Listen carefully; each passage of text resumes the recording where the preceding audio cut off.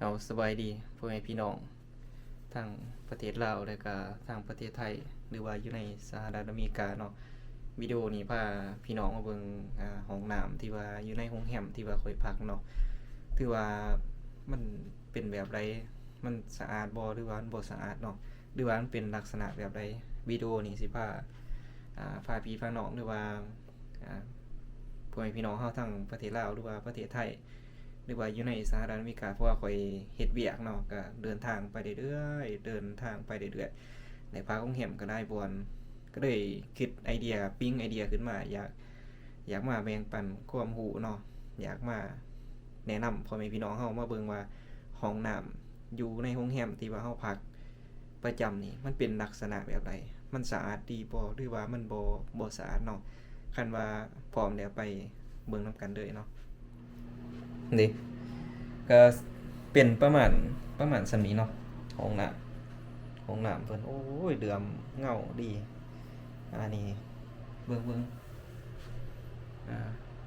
ถือว่าสะอาดสะอ้างดีเนาะเออนี่บอนซาโกะก็แต่ละมื้อก็สิมีพนักงานเนาะทุกๆมื้อเลย everyday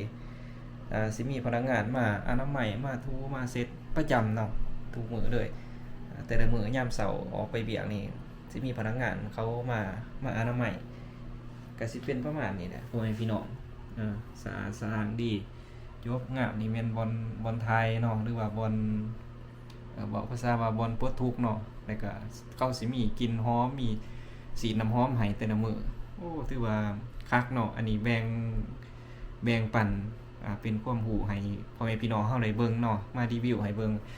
ว่ามันเป็นลักษณะแบบไรบางเทื่อนี่มื้อใดข่อยกินเบียร์ข่อยเมาแห้งนี่ข่อยนอนอยู่นี่เลย แต่ว่าเขาบ่ได้ถ่ายวิดีโอไว้เนาะบางเทื่อข่อยกินเบียร์อิหยังข่อยเมาข่อยนอนอยู่นี่เลยนอนอยู่กับในห้องน้ำนี่เลยนอนอยู่ในห้องน้ำอันนี้ก็เป็นโซนที่ว่าบอนไทยหรือว่าบอนอันนี้เนาะถือว่าเดี๋ยวสิพาไปเบิ่งบอนอาบเนาะนี่ดิบอนอาบก็สิเป็นประมาณนี้สิมีพักบัวมีเขินว่าของอันเปิดน้ำเปิดหยังหั้นนะเป็นบัวเป็นหยังอาบเฮามักแบบไรเฮาก็ปรับเอาถือว่าก็โอเคเนาะครับก็ไปพักหลายๆบอนเห็นถือว่าสะอาดสะอ้านดีเนาะคันบ่สะอาดเฮาก็สามารถคอมเพลนเขาหรือว่าบอกพนักงานเขาว่าของน้ำจะบ่สะอาดเลยให้เจ้าไปอนามัยให้ข่อยแน่อันนี้คักเนาะบางมื้อนี่ข่อยเมานี่ข่อยนอนได้นี่เลย อันนี้ก็เป็นบอนอาบน้ำเนาะบอนอาบน้ำอันนี้เป็นโซนอันนี้ก็เป็นโซนโดยรวมเนาะโดยรวมก็จะมีผ้าแพร่เซตอิหยังครบสุดเบิดเลยเอออันนี้ก็บ่ได้ว่าจังไดเนาะคันว่าเป็น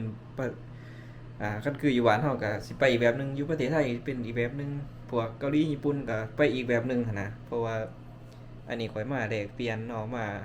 แชร์ประสบการณ์ให้พี่ให้น้องเฮาได้เบิ่งนำกันเป็นลักษณะแบบนี้เนาะถ้าว่าเห็นคลิปนี้คิดว่ามีประโยชน์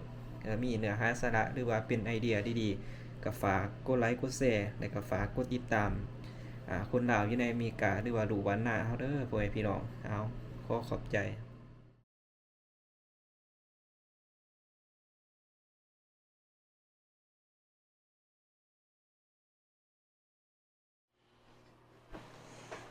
อ๋อ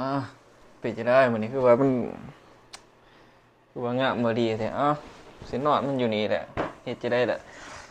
โอ้ยห้องน้ำมันก็คือกันกับห้องนอนแหละสะอาดสะอ้างดีเนาะพ่อแม่พี่น้องเอ้ยนอนมันอยู่นี่แล้วไปเอาไว้นอนก่อนโอ้ยครับโอ้